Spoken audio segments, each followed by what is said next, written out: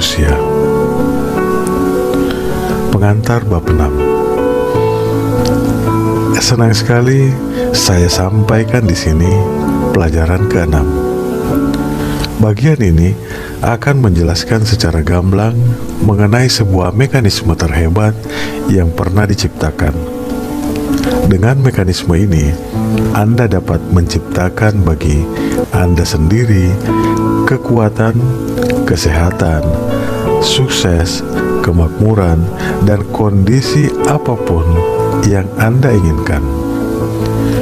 Kebutuhan adalah tuntutan, dan tuntutan menciptakan tindakan. Tindakan berujung pada hasil. Proses evolusi senantiasa membangun masa depan kita dari masa kini kita. Perkembangan individu, seperti halnya perkembangan semesta, pasti bersifat setahap demi setahap dengan kapasitas dan volume yang terus-menerus meningkat. Sudah kita ketahui bahwa jika kita merebut hak-hak orang lain, kita menjadi duri moral. Kita mendapati diri kita terjebak di setiap tikungan jalan kehidupan. Hal ini merupakan indikasi bahwa sukses tergantung pada ide moral tertinggi, yaitu kebaikan terbesar untuk jumlah terbesar.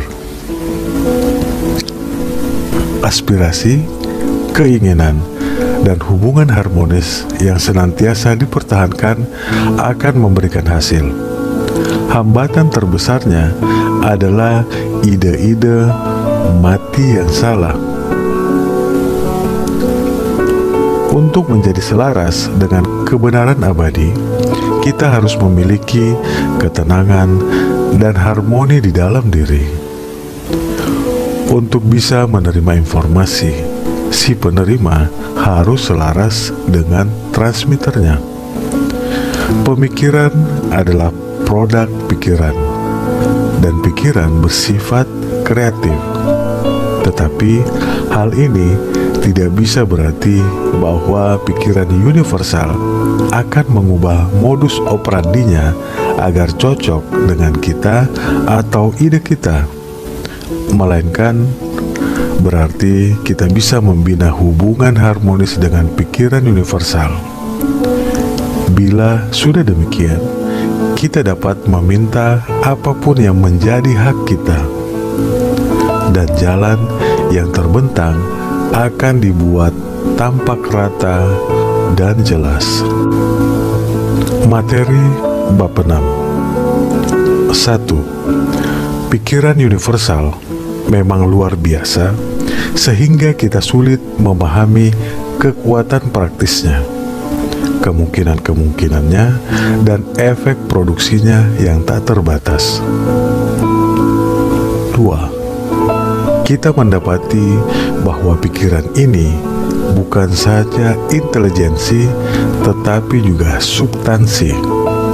Bagaimana cara membedakan bentuknya? Bagaimana kita bisa mendapatkan efek yang kita inginkan?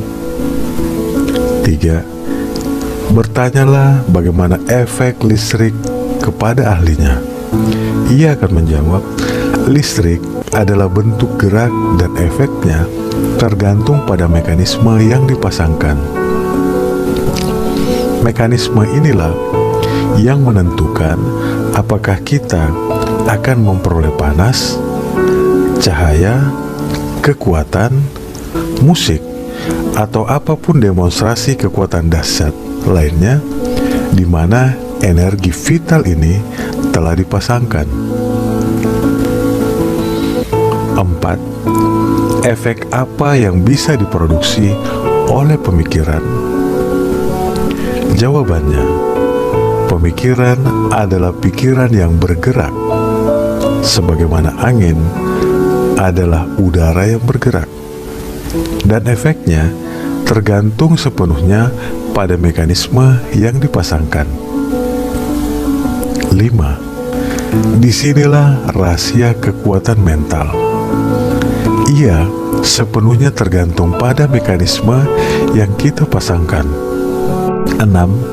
Apakah mekanisme ini? Anda mengetahui sesuatu tentang mekanisme yang telah ditemukan oleh Edison, Bell, Marconi, dan para ahli listrik lainnya. Melalui mekanisme ini, kini tempat, ruang, dan waktu menjadi sekedar kiasan. Tetapi, pernahkah Anda berpikir bahwa mekanisme yang telah diberikan kepada Anda untuk mentransformasikan kekuatan universal Maha Ada, potensial itu telah diciptakan oleh pencipta yang lebih besar dibanding Edison? 7. Kita sudah terbiasa memeriksa mekanisme implementasi yang kita gunakan untuk menyiapkan tanah sebelum menanam. Dan kita mencoba memahami mekanisme mobil yang kita kendarai. Tetapi sebagian besar dari kita sudah puas berada di dalam ketidaktahuan tentang mekanisme terbesar yang pernah ada, otak manusia. 8. Mari kita memeriksa keajaiban mekanisme ini. Mungkin kita dapat lebih memahami sebagai efek yang disebabkan oleh mekanisme ini. Ya, mekanisme ini merupakan sebab. 9. Pertama-tama, ada dunia mental yang besar. Di situ kita hidup, bergerak, dan ada. Dunia ini maha kuasa, maha tahu, dan maha ada.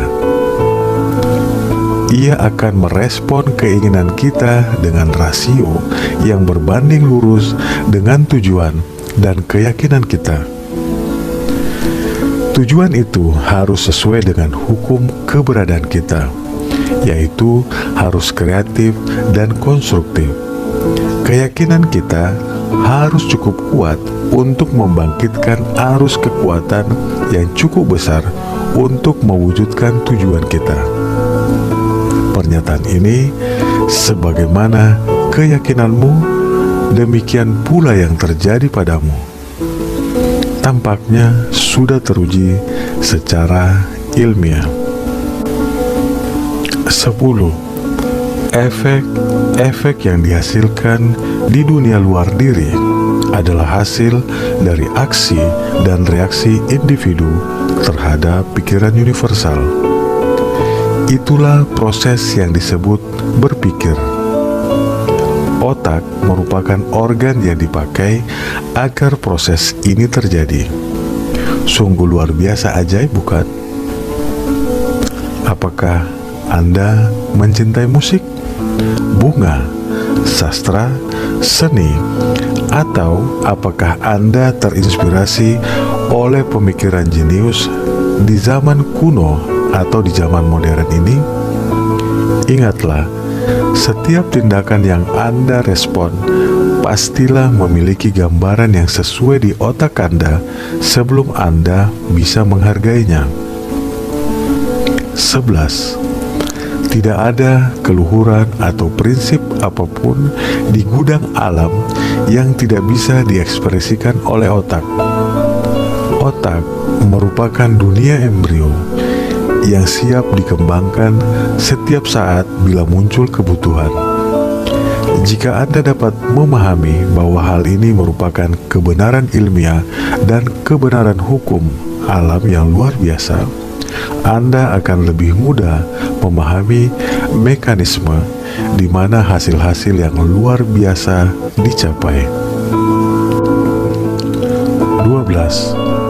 Sistem saraf telah diperbandingkan dengan sirkuit listrik dan dengan baterai sel, di mana tenaga dihasilkan, sedangkan otak diperbandingkan dengan kabel-kabel yang diisolasi, di mana listrik dikirim. Melalui saluran-saluran inilah setiap dorongan atau keinginan dibawa melalui mekanismenya. 13. Urat saraf tulang belakang merupakan motor dan jalan sensori yang terbesar. Melaluinya, pesan-pesan dikirim ke dan dari otak. Kemudian, ada persediaan darah yang mengalir melalui vena dan arteri yang memperbarui energi dan kekuatan kita. Struktur yang diatur dengan sempurna ini menopang seluruh tubuh fisik, dan hasilnya ada kulit yang lembut dan indah yang menutupi seluruh mekanisme sebagai selimut yang elok. 14. Inilah yang disebut bait Allah yang hidup. Dan aku, individu, diberi kendali. Semua hasil terjadi berdasarkan atas pemahamannya tentang mekanisme yang berada di dalam kendalinya ini.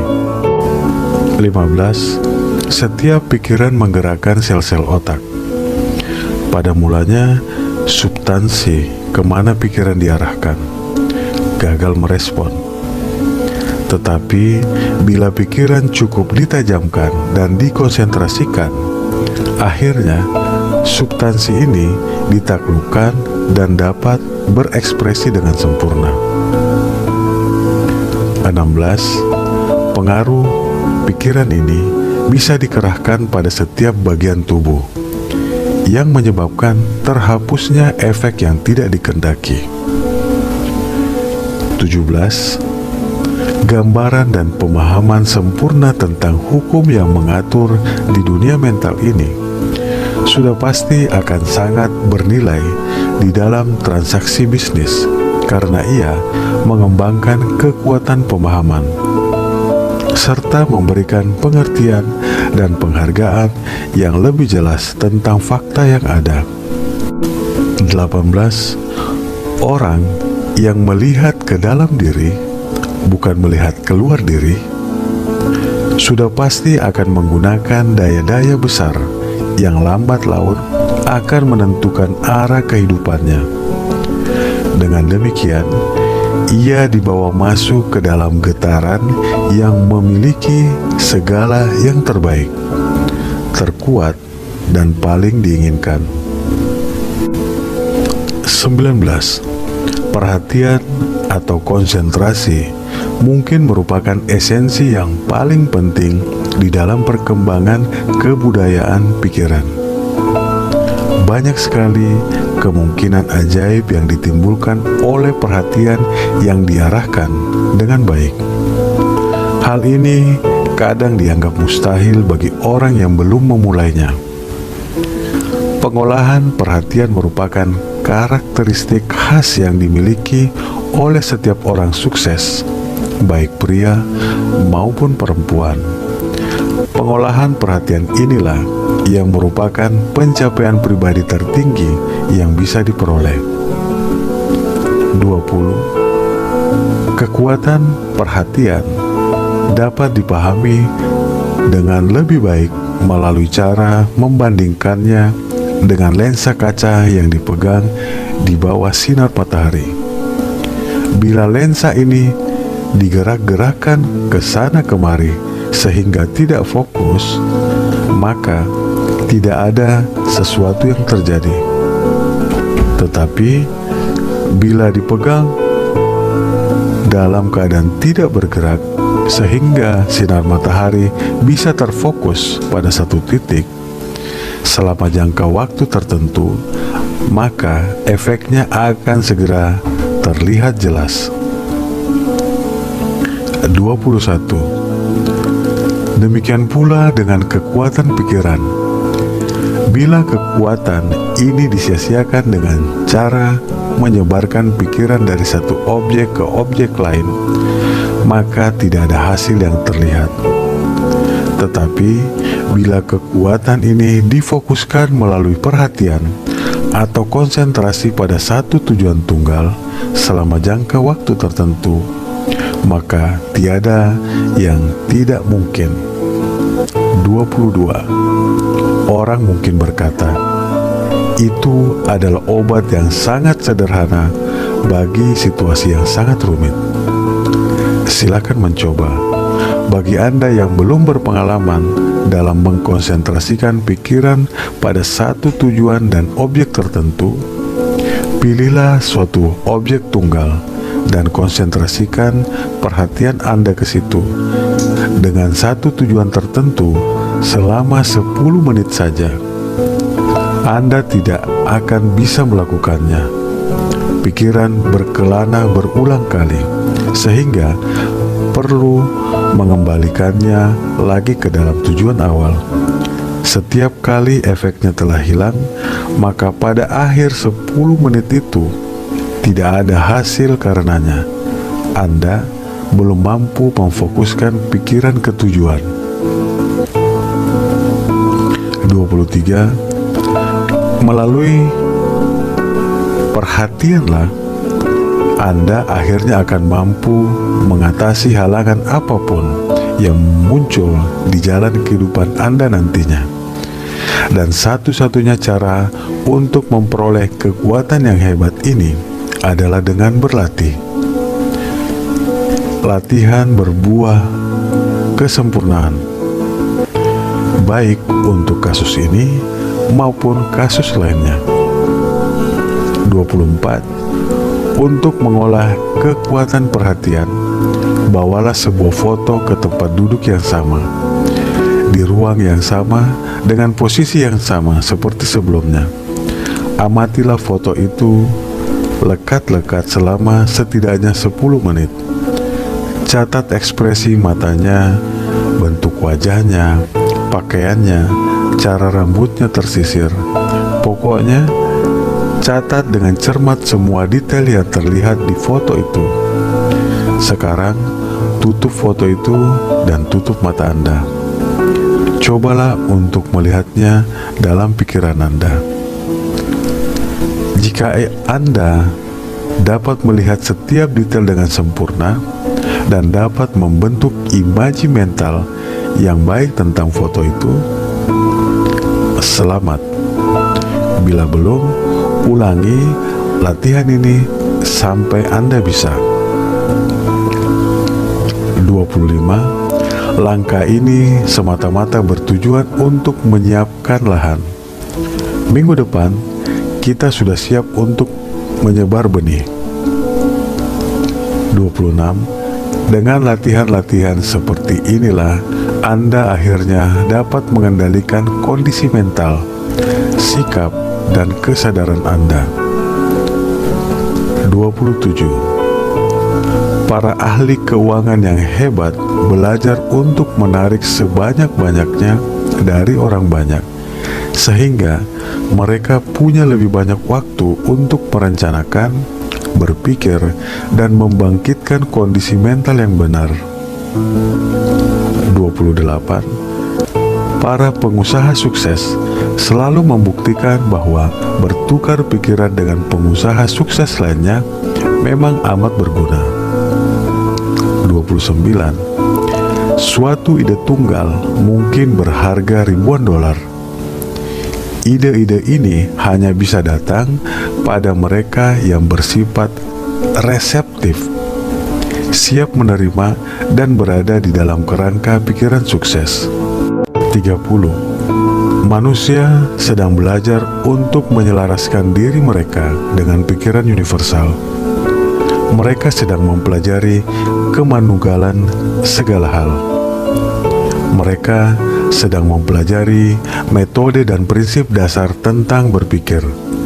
Dan hal ini mengubah kondisi dan menggandakan hasil. 31. Mereka yang mendapati bahwa lingkungan dan kondisi mengikuti alur kemajuan mental dan spiritual. Mereka mendapati bahwa pertumbuhan mengikuti pengetahuan, tindakan mengikuti inspirasi, kesempatan mengikuti persepsi. Yang pertama selalu spiritual, dan barulah diikuti transformasi ke dalam kemungkinan-kemungkinan prestasi yang bersifat tak terhingga dan tak terbatas. 32. Karena individu hanyalah saluran untuk pembedaan dari universal, kemungkinan-kemungkinan ini tentu saja tak pernah habis. 33. Pemikiran adalah proses yang kita gunakan untuk menyerap spirit kekuatan dan menyimpan hasilnya di kesadaran di dalam diri hingga menjadi bagian dari kesadaran umum kita. Metode untuk mencapai hasil ini melalui praktek terus-menerus. Dari beberapa prinsip dasar yang sudah dijelaskan di dalam sistem ini merupakan master key yang akan membuka pintu kebenaran universal. 34. Dua sumber yang berasal dari penderitaan manusia dewasa ini adalah penyakit fisik dan kecemasan mental. Asal mulanya telah ditelusuri, yaitu pelanggaran hukum alam. Tak diragukan lagi, pengetahuan belum dapat mencakup keseluruhan, hanya bersifat sebagian. Tetapi awan gelap yang telah terakumulasi di sepanjang zaman sudah mulai menyingkir dengan membawa serta banyak misteri yang terjadi karena informasi yang salah.